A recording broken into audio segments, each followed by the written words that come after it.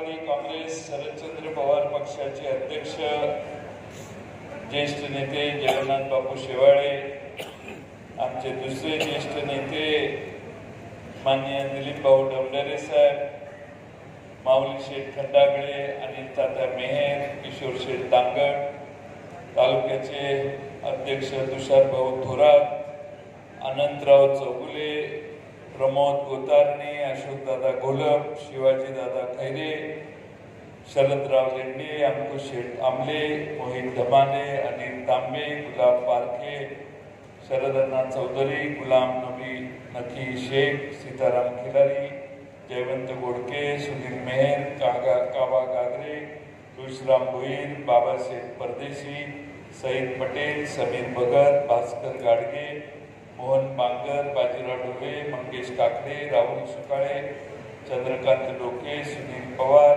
सुरेखाताई वेठेकर, अर्चनाताई भुजबळ, ज्योत्स्नाताई माबरे, सोनलताई शेट्टे, अंकिताताई गोसावी, सुरेखाताई मुंडे, अशोकराव सोनवणे, शेखर गणेशकर, सौरभ डोके, संदीप ताजने, शैलेश मस्के, विनायक गोसावी, विशाल बनकर, अबप पानसरे, मयूर गुंजाळ, नंदूभाऊ शेरकर।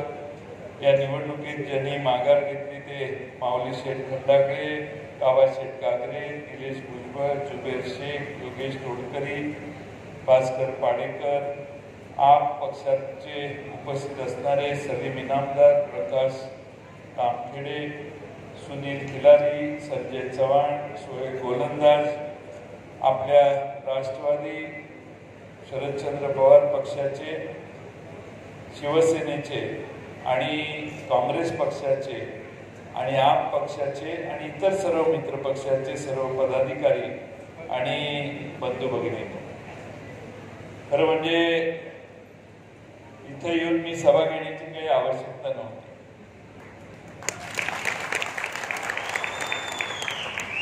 सभेची गरज निवडून येण्यासाठी आहे, निवडून आलेलेच आहेत त्यांच्यासाठी सभेची गरज नाही। आमच्या माहितीप्रमाणे आपले उमेदवार हे बऱ्यापैकी तुमच्या सगळ्यांचा विश्वास संपादन करून अधिक पुढे गेलेले आहेत, ते नक्की उद्याच्या निवडणुकीत निवडून येतील असं मला वाटतं। अनेक मुद्दे आहेत, अनेक प्रश्न आहेत, बहुतेक सगळ्या मुद्द्यांची तुम्हाला जाणीव आहे, पण शिवाजी महाराजांची जन्मभूमी जुन्नर आहे आणि 5 धरणांचा शेतीनं समृद्ध असणारा हा तालुका, एवढी 5 धरणं एका तालुक्यात असणं कुठलाही महाराष्ट्रात दुसरा तालुका आणि ही पुण्याई यशवंतराव चव्हाण साहेबांच्या विचारातून पवार साहेबांच्यामुळे या ठिकाणी घडलेली आहे। या सगळ्या संपन्नतेचं मूळ आहे हे आपले नेते शरद पवार साहेब आहेत, हे कधी हा तालुका विसरलेला नाही आणि म्हणून आपण नेहमीच या सर्व धरणांची निर्मिती ज्यांनी केली त्या सर्वांना आणि विशेषतः पवार साहेबांना नेहमीच मानत आलो। या मतदारसंघात जेव्हा जेव्हा पवार साहेबांनी हाक दिली तेव्हा हा मतदारसंघ पवार साहेबांच्या मदतीला उभा ठाकला। काल परवा लोकसभेच्या निवडणुका झाल्या आणि आपण 51,000चं मताधिक्य या मतदारसंघातून अमोल कोल्हे साहेबांना दिले। आमच्या पक्षाकडे यंदा सगळ्यांनीच उमेदवारी मागितल्या। आज जे समोरून उभे आहेत त्यातल्या 2 जणांनी आमच्याकडे उमेदवारी मागितलेल्या आहेत, ते सांगायचे पवार साहेबांचा आशीर्वाद असल्याशिवाय आम्ही निवडून येत नाही, म्हणून आम्ही तुमच्याकडे उमेदवारी मागितली। हे नक्की आहे की पवार साहेबांचा आशीर्वाद असल्याशिवाय जुन्नरला विधानसभा निवडणूक लढवता येत नाही, विजयी होता येत नाही। तो आशीर्वाद आता आपल्या शेरकर साहेबांच्या मागे आज उभा आहे। सत्यशील शेरकर आणि त्यांच्या पूर्वी त्यांच्या वडिलांनी, त्यांच्या चुलत्यांनी जे काम करून दाखवलेलं आहे या परिसरात साखर उद्योगातून, त्यामुळं आज धरणं झालेली आहेत, त्याचा जास्त फायदा शेतकऱ्यांना कशामुळे मिळतो तर इथल्या कारखानदारीमुळे मिळतो हे आपल्याला विसरता येणार नाही. खरं म्हणजे आपण सगळ्यांनी थोडंसं बारकाईनं बघितलं तर पूर्वी मला सांगण्यात आलं की पूर्वी अमोल दादा आणि दुसरे इथले आमदार अशी जोडी होती आणि ती जोडी एकच आहे असा प्रचार चालू आहे सध्या. बरोबर आहे ना? ज्या दिवशी अमोल कोल्हे साहेबांच्या विरोधी पैसा वाटायला तुम्ही बाहेर पडला आणि त्यांना पाडायच्यासाठी पडेल त्या पद्धतीनं भाषा वापरली, अगदी शरद पवार साहेबांच्या विरोधात तुम्ही बोलला, त्या दिवशी नवी जोडी महाराष्ट्रात या तालुक्यात तयार झाली, अमोल कोल्हे आणि सत्यशील शिंदे. माणसं फार हुशार आहेत, जोड्या लावायलाही आणि जोड्या मोडायला देखील. त्यामुळे लोकांची सतत विवेक बुद्धी याला आपण नेहमी ग्रहित करू नये. आणि म्हणून आता अमोल दादा आणि सत्यशील दादा यांची जोडी आपल्या विकासाची जबाबदारी घेऊन काम करेल हा मला पूर्णपणाने विश्वास आहे. खरं म्हणजे मी येण्याचं दुसरं कारण असं, माऊली खंडागे तुम्ही फार मोठा त्याग केला. महाविकास आघाडीसाठी तुम्ही पक्षाचा आदेश मानून मातोश्रीच्या आदेशाप्रमाणे काम करून एक पाऊल मागे टाकलं, त्याचे आभार मानायला देखील मी आलो. या ठिकाणी आज आपल्या शरद लेंडे साहेबांचे देखील मला आभार मानायचे. इतक्या निष्ठेनं माणसांनी आयुष्यभर शरद पवार साहेबांची पाठराखण केली, एवढं उत्तम उदाहरण. 4,000 रुपये महिना बेरोजगार भत्ता आणि सगळ्यात महत्वाचं म्हणजे जात न्याय जनगणना आमचं सरकार आल्यावर आम्ही करणार आहे. जात न्याय जनगणना ज्यावेळी होईल ना, त्यावेळी लहान लहान छोट्या छोट्या समाजाची महाराष्ट्रात लोकसंख्या किती आहे त्या सगळ्यांना महाराष्ट्राच्या तिजोरीतून त्यांचा योग्य वाटा, मिळणाऱ्या नोकऱ्यांच्या मध्ये त्यांच्या वाट्याची योग्य अशी संधी आणि महाराष्ट्राच्या विकासात त्याचा तेवढाच सहभाग ठेवण्याचं काम हे आपलं सरकार भविष्य काळात करेल. जाती जातीमध्ये वाद तणाव सगळे महाराष्ट्रातले बंद होतील आणि त्यासाठी 50% वर आरक्षण देण्याची कल्पना आम्ही सगळे मान्य करतो.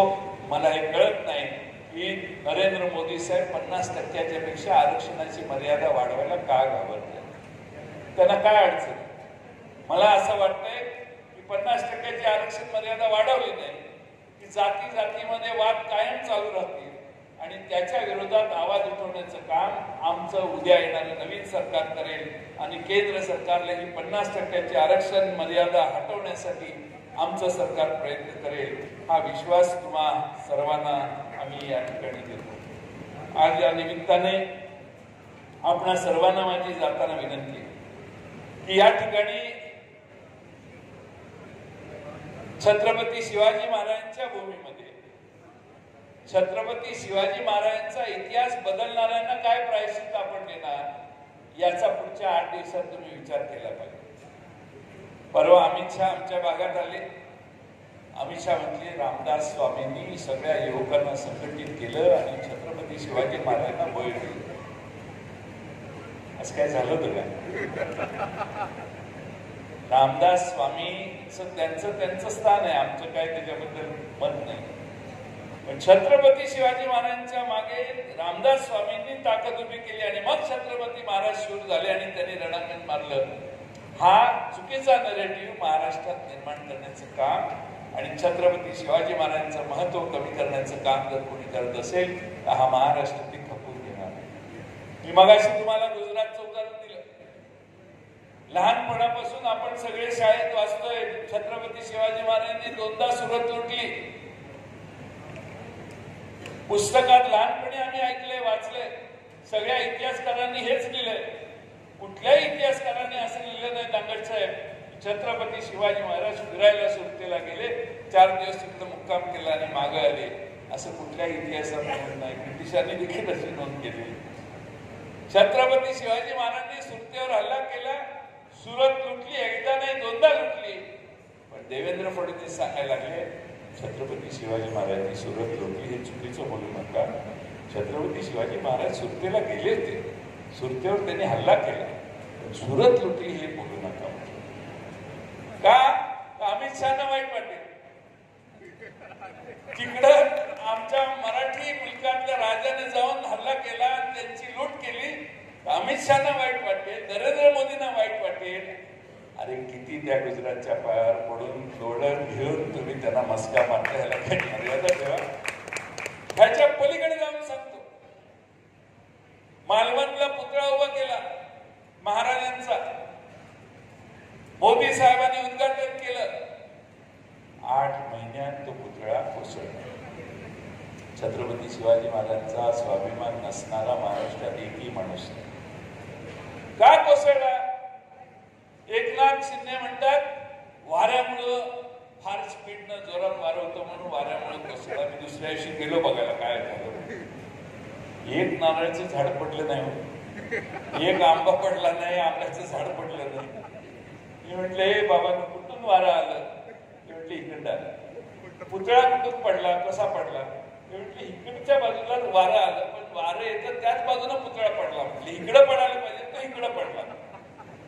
वारं ज्या बाजून आलं त्या बाजूनं जर पुतळा पडला तर वाऱ्यामुळे नाही तर कमकुवत भ्रष्टाचाराने उभा केलेला तुम्ही पुतळा हा तुमच्या पापाचं प्रतीक आहे. छत्रपती शिवाजी महाराजांचा पुतळा उभा करताना देखील पैसे काढायचा उद्योग तुमच्याकडून झाला आणि हे पाप कुठेही फेडता येणार नाही. त्याचं प्रायश्चित्त महाराष्ट्र तुम्हाला 20 नोव्हेंबरला मतदानाच्या रूपात देईल. महाराष्ट्रभर तुतारी वाजवणारा माणूस, मशाल आणि हात सर्व ठिकाणी निवडून यावेत अशी व्यवस्था तुम्ही सगळ्यांनी प्रयत्नपूर्वक करा, एवढीच विनंती तुम्हाला सगळ्यांना करतो. बोलण्यासारखे बरेच विषय आहेत, पण मला अजून 5 सभा आहेत, त्यामुळे मी जास्त आपल्याला उत्तर देण्याची गरज आहे. आज महाराष्ट्रामध्ये प्रचंड मोठ्या प्रमाणात आपल्या सगळ्यांकडून कर गोळा केला जातो. तुम्हाला माहिती आहे की नाही माहित नाही, मध्ये आकडे प्रकाशित झाले मागच्या एका महिन्यात 30,000 कोटी रुपये एका महिन्याला महाराष्ट्र कर भरतो. दुसऱ्या राज्यांच्या आकडे बघितले 11,000, 8,000, 6,000, 7,000, 9,000. एकटाच महाराष्ट्र असा आहे की जो 30,000 कोटी रुपये सरकारी तिजोरीत भरतो दर महिन्याला, केंद्र आणि राज्य सरकारच्या मिळत. आणि त्यामुळं आम्ही आमच्या महाराष्ट्रात एवढा कर देत असताना महाराष्ट्राकडे आमचं सरकार होतं त्यावेळी दुजेपणाची वागणूक देणारं दिल्लीत बसलेलं सरकार हे आजही महाराष्ट्राला दुजेपणाची वागणूक देते. हे मित्रांनो विसरू नका. अनेक प्रकल्प गुजरातला गेले, तुम्ही हे सगळं ऐकले. 17 प्रकल्प महाराष्ट्राच्या बाहेर गेले. फॉक्सकॉनचा प्रकल्प गेला. मी विधानसभेत विचारलं सरकारला, अरे असं कसं करताय? एकनाथ शिंदे म्हटले जयंतराव कालच मी पंतप्रधान आमचे नरेंद्र मोदी साहेब यांना भेटून आलो आणि मोदी साहेबांनी मला सांगितलेलं आहे की तुम्ही काही चिंता करू नका, ह्याच्यापेक्षा मोठा प्रकल्प आम्ही तुम्हाला देऊ. म्हटलं कधी? जयंतराव काळजी करू नका, मोदी साहेब बोलले की होतच ते, आता होईल. तर ठीक आहे, वाट बघतो. ह्याच्यापेक्षा मोठा प्रकल्प एकनाथ शिंदेची टर्म संपली तरी आला नाही. याचा अर्थ असा होता, एकनाथ शिंदे आम्हाला सांगत होते काही दिल्लीहून मिळालेलं नाही, भोपळा मिळालेला आहे आणि त्यामुळे आपल्याकडे नवीन प्रकल्प येणार. 1.5 लाख पोरांच्या तळेगावामध्ये काम केलेल्या करू शकणाऱ्या मुलांच्या नोकऱ्या गेल्या. टाटा एअरबसचं उद्घाटन परवा मुख्यमंत्री तिथल्या गुजरात राज्याने मोदींना आणून केलं, बडोद्याच्या शेजारी. भूमिपूजन नाही, उद्घाटन. प्रकल्प जाऊन तिथं प्रकल्पाचं उत्पादन सुरू झालं. 7-8 हजार पोरांना नोकऱ्या लागल्या. आमच्या महाराष्ट्रात मात्र मोठे प्रकल्प आले नाही. त्याचा परिणाम हा झाला की महाराष्ट्राचं दरडोई उत्पन्न मित्रांनो गुजरातच्या खाली गेले. हे मी सांगत नाहीये, केंद्रीय आकडे सांगतात. मी राज्याचा अर्थमंत्री होतो त्यावेळी 2ऱ्या-3ऱ्या क्रमांकावर दरडोई उत्पन्नात असणारं आमचं महाराष्ट्र राज्य. जेव्हा महाराष्ट्राचे मुख्यमंत्री देवेंद्र फडणवीस झाले आणि जेव्हा नरेंद्र मोदी दिल्लीला जाऊन बसले त्यावेळी फक्त 2 वर्षात महाराष्ट्र हा 6व्या क्रमांकावर गेला आणि मागे असणारं गुजरात 5व्या क्रमांकावर. आज महाराष्ट्राचा देशभरातल्या सगळ्या राज्यांमध्ये नंबर 11वा आहे. हे आमचं राज्य अधोगतीला चाललंय. दरडी उत्पन्नात आम्ही खाली गेलो. याचा अर्थ गुजरातची माणसं आपल्यापेक्षा श्रीमंत झाली.